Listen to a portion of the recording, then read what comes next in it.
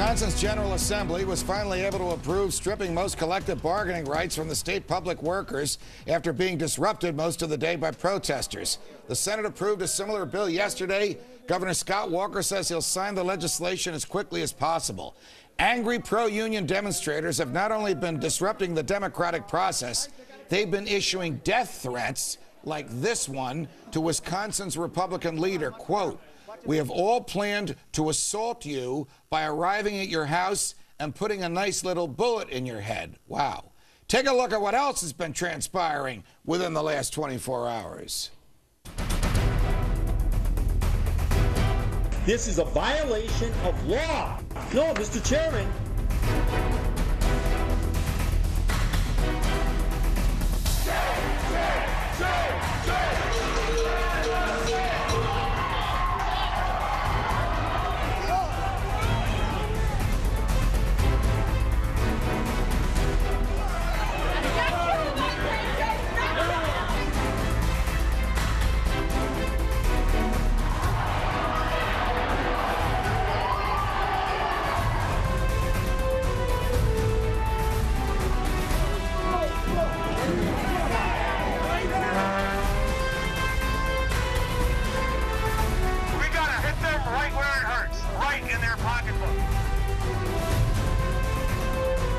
The money's just not in the people's hands. It's in the hands of the rich.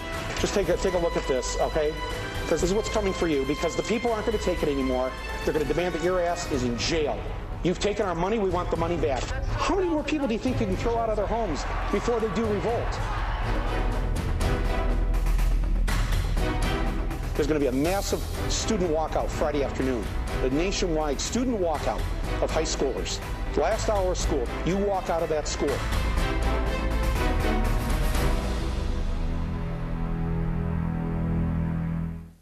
Wow. Reaction now from John Stossel, my colleague and host of Stossel on the Fox Business Network, and Pat Caddell, former pollster for Jimmy Carter before he saw the light and became a Fox News contributor. Gentlemen, welcome here. What is Michael Moore trying to do there? What kind of disruption is he trying to bring about? It's justice. I'm ready. I'm going to lock you up. Oh, my goodness. I should have known rich people. You'd have the props here. But the suggestion that because somebody is rich, they belong in jail, does he look in a mirror when he says that? It's, well, he's not as rich as the Forbes 400, and it's why we need economic education. Because politicians think this way. Their world is a zero-sum game. One person wins, somebody else loses. It's not intuitive to understand that these rich people don't take from others, that they create wealth. Do politicians even understand that the government consumes wealth, but private enterprise creates wealth? Take $1 out of private enterprise and give it to the tax man. That's $1 less that could be made into more of $1. No, not really. I mean, you know, I remember Barney Frank gave a speech last year to business people, telling them how government would help them. This is government's job to make the economy work and what their role in it was. This is a problem that look, our politicians don't understand very much of anything, I think, sometimes.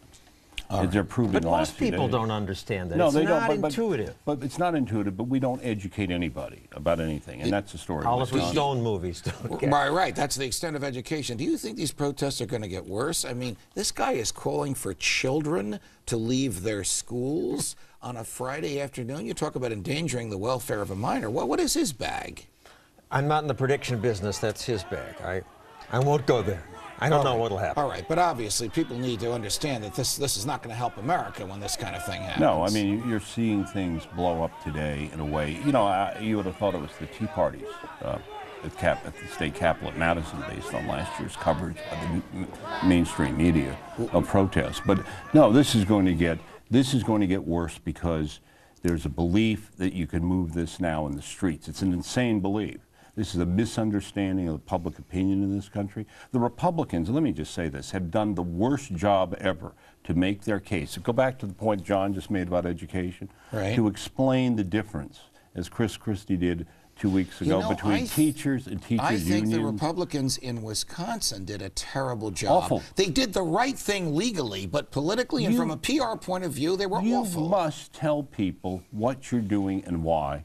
And you must explain what the concept of collective bargaining. And when you get to government employees. It wasn't the best argument, because they were saying, we don't want collective bargaining, but the cops and the firemen can have it. I would think it would make more sense if they say we don't want forced unionization. Well, what they should have argued was, frankly, is the difference between what the work rules mean, what collective bargaining means. Work rules means you can't fire bad teachers, John, you can't make government efficient, and that's where you get, as Ann Coulter wrote yesterday, $159,000 bus drivers. This state, Wisconsin, is the birthplace of progressivism. This is in their veins, in their genes. This is their culture. Can it be changed with 2 votes and a governor's signature? Or is this near violence that we have been observing in the past 3 weeks going to be perpetual until the mob gets its way? Well, again, I won't predict the future, but this sense of entitlement that gets them out there saying, how dare you? They've had that since the Bob La Follette days. You know, that the government will take care of you. And the idea that they represent labor. Their signs say, we represent the middle class. Well, they represent maybe 12% of labor. Didn't Chris Christie put his finger on it when he said, my beef is not with the hardworking people here, my beef is with the leadership of the unions? That's what he did. And this is what I don't understand, because what the unions have been able to do, and this is where I fault the governor, but first of all, let's deal with one thing about Wisconsin. Talk about Governor Walker. Governor Walker. Wisconsin, the culture of Wisconsin is what you said. You're changing the culture of a place. If you're going to do that, you need to educate and explain. Because the people are basically, I think, in the end with him until it looks like you allow the unions to seize the emotional high ground, which is what they did. Pat Caddell, John Stossel, it's a pleasure. Thank you. Tune into Stossel tonight at 9 p.m. Eastern. Tonight, he'll be talking about who should and shouldn't be American heroes. Very interesting, John. I'll be watching. And the battle in Wisconsin is far from over. More on the high drama in Madison today with Wisconsin Republican Senator Ron Johnson. Next.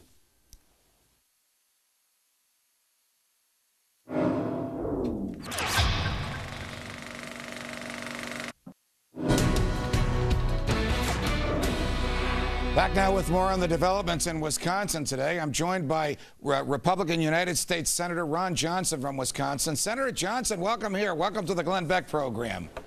Hello, Judge. Thanks for having me on. Well, what does all this mean for the future of Wisconsin? Notwithstanding 3 weeks of Democratic senators leaving the state, notwithstanding 3 weeks of union members camping out and literally occupying and living in the Capitol building, the Senate voted that collective bargaining is not a natural right and it won't exist anymore for most unionized state employees. The General Assembly did that. The governor's going to sign it into law. Will there be peace in Wisconsin now, or does this just ratchet things up to another level?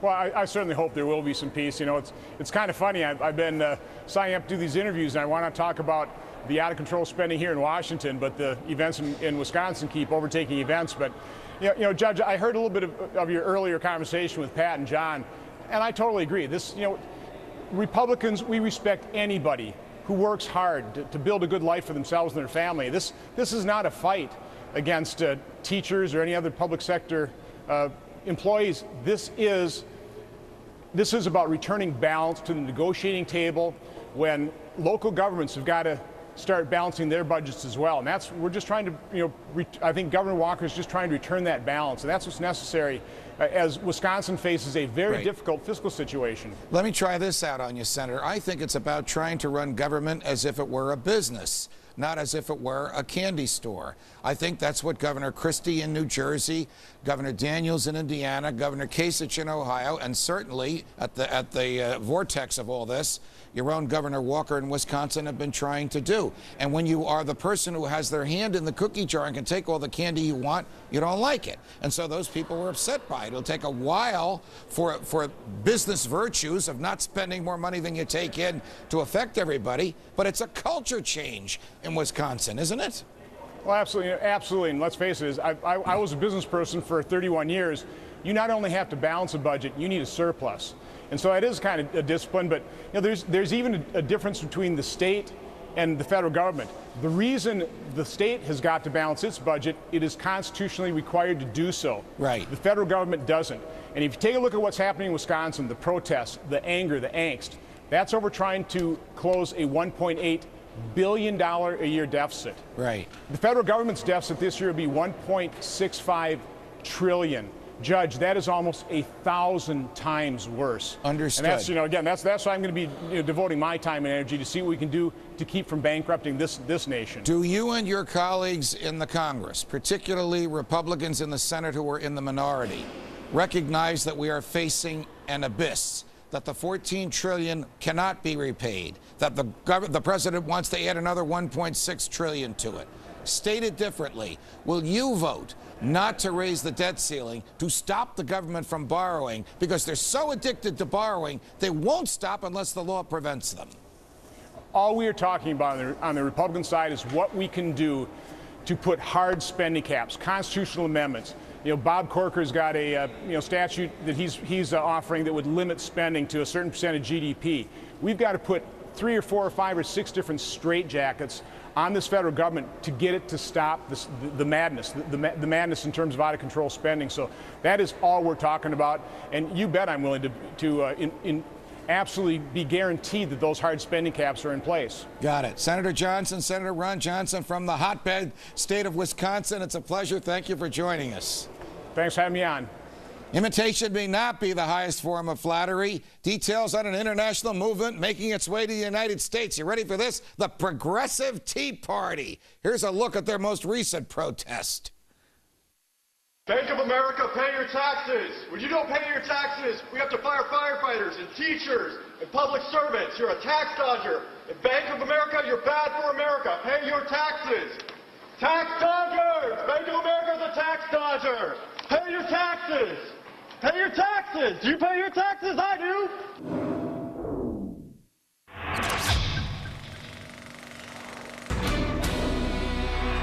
United States Uncut. They're the anti-capitalist protest organization gaining momentum as the arch enemy of the Tea Party movement. The Tea Party is about small government and less spending. This movement is about intimidation and the end of American capitalism as we know it.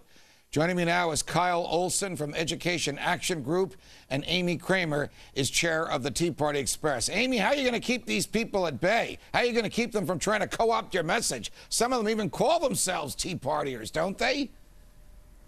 Well, look, I agree. On bailing out the banks, that's what they're upset about, is all the money going to the banks and these big corporations. But what this whole premise is based upon is they're assuming that this money belongs to the government. And Judge, and I know this money doesn't belong to the government. It belongs to the individuals and the corporations that have made this money. And all they want to do is take this money and redistribute the wealth. And that's socialism. And that is no Tea Party message. And we're not going to stand for it. Kyle Olson, and maybe they're taking their marching orders from Michael Moore, who, though a wealthy person himself, claims that the wealth of wealthy people belongs to the American public at large. So these people do hate capitalism. It's a form of socialism or even Marxism. This stuff has been rampant in Europe for years. Is it coming here now? Are more boards of directors and shareholders meetings going to be disrupted by the crazies that we just saw on the screen? I think so. I mean, this is the new acorn, and you played the clip earlier of Michael Moore with the handcuffs. That is what they want. They're not about more freedom, less regulation, less taxes. They're more about they're about higher taxes, more regulation, intimidation tactics. If you want to see a progressive Tea Party, which I think is an oxymoron, right? But if you want to see that, look at Madison. People climbing through windows. Right. There's intimidation going on, death threats. That's what you're going to see, and Michael Moore will be the head of that. Right. Amy, we only have about a minute left. What's coming in the culture wars? More of this kind of in-your-face confrontation, or more small government, for which we ardently hope and plead and pray? Well, Judge, when these progressives go in and lobby their senators and their congressmen, they want more, more, more. We in the Tea Party movement, we want less, less, less. Right. Less government, less regulation. We want to tone it down, get this government under control, and have the freedoms and liberties that we've all enjoyed for over 200 years as Americans. Not very That's much to ask for. That's what's important to us. Got it. Kyle Olson. No. Amy Kramer, thank you very much for joining us. We'll be back with my final thoughts on the government and fear after the break.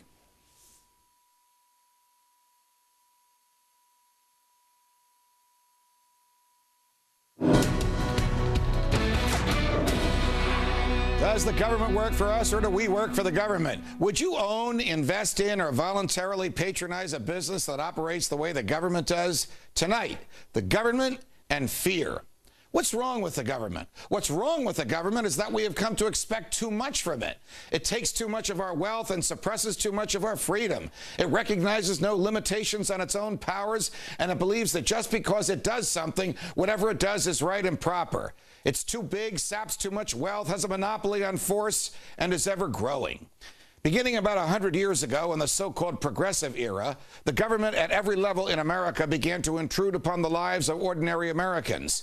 With popular support during the presidency of Woodrow Wilson, the federal government began to decide what food was worthy of consumption, what goods private trains and trucks could carry from manufacturer to market, what salaries employers had to pay their workers, what criticism of the government was acceptable in public, how U.S. senators would be elected, how much of your income you could keep, and whether or not you could consume alcoholic beverages.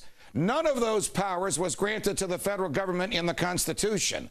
So the feds either assumed those powers for themselves while defenders of freedom and night watchmen of the government were asleep, or they amended the Constitution, as in the case of prohibition, the income tax, and stripping the states of the power to choose their United States senators. They sold this package of big government to the public by calling it progressive, as if to suggest that this was progress. I like Professor Thomas Sowell's explanation of that word. He's remarked that the progressive income tax is progressive the way a disease is progressive. The longer it's around, the worse it gets. These days in Wisconsin, elected representatives fled the state for 3 weeks, effectively preventing the legislature from doing its work. Unions mobbed the state house and prevented those representatives who did show up for work from getting to work. When the police were called, they refused to remove the demonstrators, siding with their fellow union members. Could you imagine any of that happening in the world of private enterprise? In Florida, legislation has been introduced to permit toll takers at toll booths on state highways to refuse to accept cash in any form larger than a $20 bill. So if you give them a $50, they have the power to stop and question you about it. Would you patronize any business that treated you like that? And of course, in Washington, Congress is hopelessly deadlocked. It can't agree on a budget. It has us in perpetual debt. The vice president is supposedly in charge of bringing both sides together, and he just took off for Moscow. You can't make this stuff up. So Congress just spoon feeds the president enough cash to operate the government for 2 weeks at a time. Last month, the president borrowed $223 billion just to pay interest on the old debt and to run the government. Would you invest in a business that proposed to operate like that? Of course not. What is the common thread here? As I said earlier, it is government's monopoly on force. It is compulsion. It is that there is no way around the government. It is that you can't compete with it and you can't avoid it.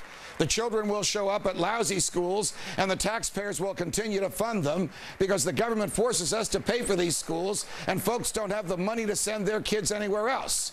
This is the problem with government. It can't compete. It doesn't produce wealth. It only owns what it has forced from us, what it has taken from us. We cannot escape it. And it knows all that. If government had to perform in order to be worthy of our taxes and our fidelity, it would collapse. If we had the right to reject it and purchase the so-called services it offers from other sources, it would go out of business. Only competition, which induces the fear of failure, will keep government honest. But the government doesn't know this fear because it won't let anybody effectively compete with it, because the government outlaws what it fears. At the end of the day, the government should fear us. Jefferson understood this well. He said that when the people fear the government, there is tyranny. But when the government fears the people, there is liberty. Tonight on Freedom Watch at 8 p.m. Eastern on the Fox Business Network, I tangle with Congressman Dennis the Menace Kucinich on the unions in Wisconsin and the Constitution at Gitmo. From New York, defending freedom. So long, America.